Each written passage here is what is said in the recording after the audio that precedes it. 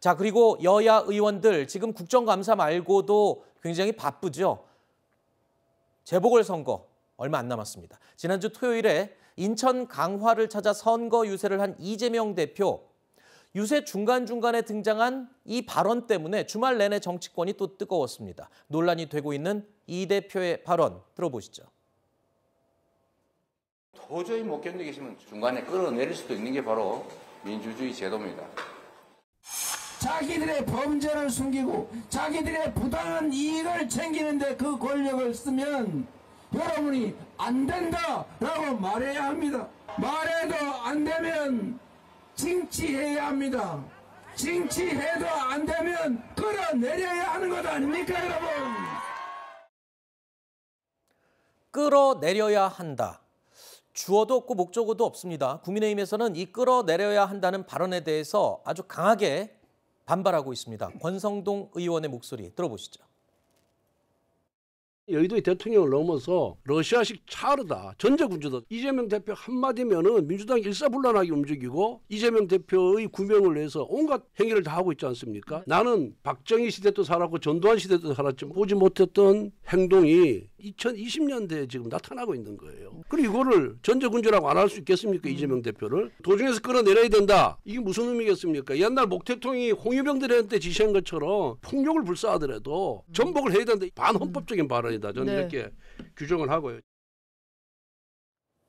국민의힘에서는 이게 바로 대통령 탄핵을 딱 표현한 말이다. 이렇게 이야기를 하고 있어요. 그러면서 반헌법적인 발언이다라고 이야기를 하고 있는데 이게 결국에는 11월에 두 개의 1심 선고를 앞두고 10월 탄핵서를 띄워서 뭔가 막으려는 의도 아니냐 이렇게 지금 국민의힘은 주장하고 있어요. 이재명 대표가 굉장히 급한 것 같습니다. 저 끌어내려야 된다라고 하는 발언을 토요일 하루에 3번을 했더라고요. 하루에 3번이나 같은 말을 반복할 정도면 얼마나 다급하겠습니까? 그런데 이재명 대표가 한 말 중에 이런 게 있습니다. 선거를 기다릴 정도가 못 된다면 끌어내려야 된다. 이렇게 얘기를 했는데 주어가 없죠. 그 주어가 실상 누굽니까? 이재명 대표입니다. 다음 달 15일에 선거법 재판, 25일에 위증교사 재판. 두 재판 모두 선고가 있으면 유죄가 선고될 확률이 높다는 그런 분석이 우세하죠. 그런 상황에서 본인이 피선거권 상실이 이제 점점 가까이 다가오니까 하루빨리 끌어내려야 한다는 그런 초조함을 표현한 것입니다. 즉 주어는 본인이에요. 그리고 이재명 대표가 이런 이야기도 했습니다. 자기들의 범죄를 숨기고 자기들의 부당한 이익을 챙기는데 그 권력을 쓰면 여러분이 안 된다고 말해야 한다. 자, 지금 범죄를 숨기고 부당한 이익을 챙기는데 권력을 쓰는 사람 누굽니까? 사실은 이재명 대표의 방탄을 위해서 국회 권력이 계속 사유화되고 있지 않습니까? 검사 탄핵을 하고 청문회를 해서 방탄에 악용하고 이런 것들이 계속되고 있기 때문에 이런 일련의 발언들은 결국 이재명 대표의 진솔한 자기 고백이다. 저는 그렇게 평가합니다. 네, 일단 민주당에서는 일단 선을 긋습니다. 주어를 말하지도 않았고 탄핵을 직접 언급하지도 않았다라고 공식적으로 입장을 밝혔습니다. 오히려 한동훈 대표를 겨냥해서 학수고대하던 속마음을 들킨 게 아니냐며 반박을 했습니다. 단식 때도 했고 또 수십 번은 얘기했을 잘못하면 끌어내린다는 일반론을 굳이 이름까지 찍어서 윤석열 탄핵론으로 띄우고 이재명 대표에게 뒤집어 씌우고 있는 여권발 윤석열 탄핵론의 본질은 윤한 전쟁입니다. 무정부 상태를 각오한 윤한 혈전 앞에 민주당은 책임 있게 집권을 준비하겠습니다. 한동훈식 이언령 비언령 아전 인수격 해석입니다. 설마 대통령과의 만찬에 초대받지 못한 서운한 속마음을 드러낸 것입니까? 자, 그러니까 국민의힘에서 이 탄핵을 의미하는 말 아니냐라고 지적을 했더니 그 말을 또 물고 들어가서 김인석 최고가 했던 말이 또 굉장히 회자가 되고 있어요.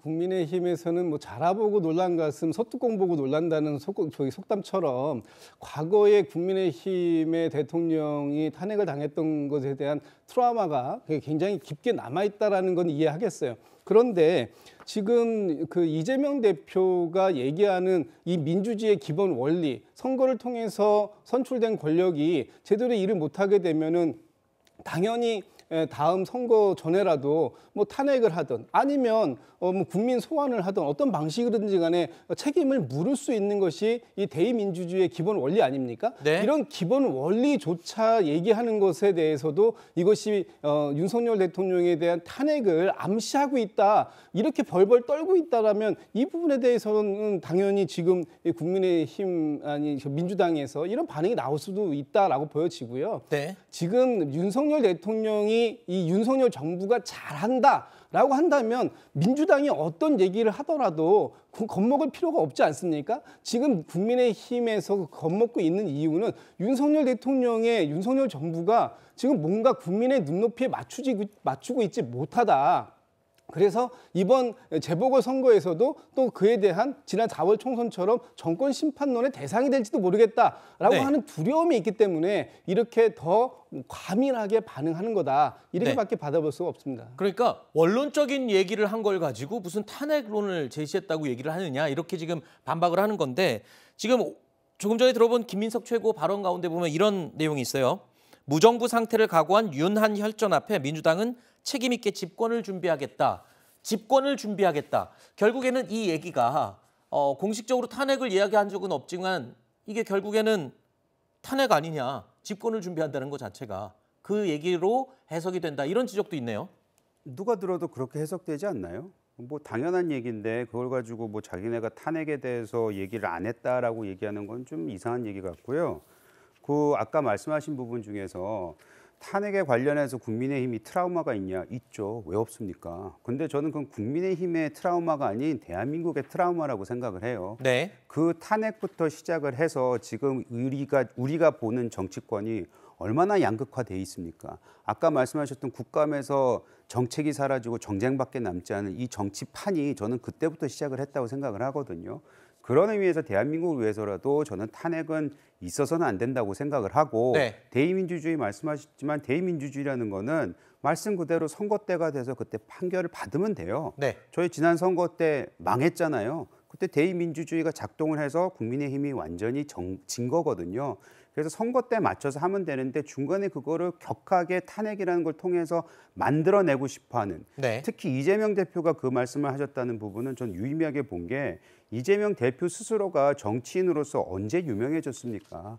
탄핵 때 탄핵을 하야를 외치고 탄핵을 외치면서 그때 정치인으로, 대중 정치인으로 유명해진 거 아니겠습니까? 네. 그런 부분을 봤을 때 본인이 그때 이런 말씀 드려서 좀 죄송하지만 재미를 본 기억이 남아있기 때문에 네. 지금 또 그것을 활용하는 게 아닌가라는 것은 충분히 저는 의심 가능하다고 생각합니다. 네, 알겠습니다. 개인적인 의견을 전제로 표현을 해주셨습니다.